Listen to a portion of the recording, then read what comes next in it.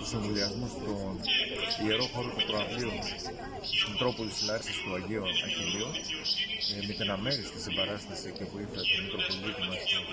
Ιερονίμου. Ο σκοπός μας και ο στόχος μας είναι να προσπαθήσουμε να πείσουμε όσους συμπολίτες μας, είτε από φόβο, είτε από άγνοια, είτε από παραπληροφόρηση ή από ηλική ενημέρωση, να εμβολιαστούν. Με πειθό και με επιστημονικά δεδομένα και επιχειρήματα.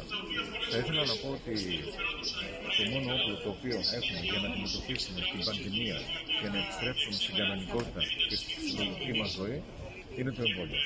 Το εμβόλιο είναι το θείο δώρο προς την παγκόσμια επιστημονική και ιατρική κοινότητα.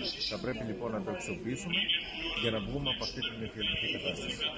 Θα ήθελα επίσης να πω ότι σε συνεργασία με την Ιερά Μητρόπολη Λαρίσσης και Τρινάβους, μέσα στο μήνα Οκτώβριο έχουμε προγραμματίσει κάθε Κυριακή η εμβολιαστική μας μονάδα να είναι στο Νική Ναό.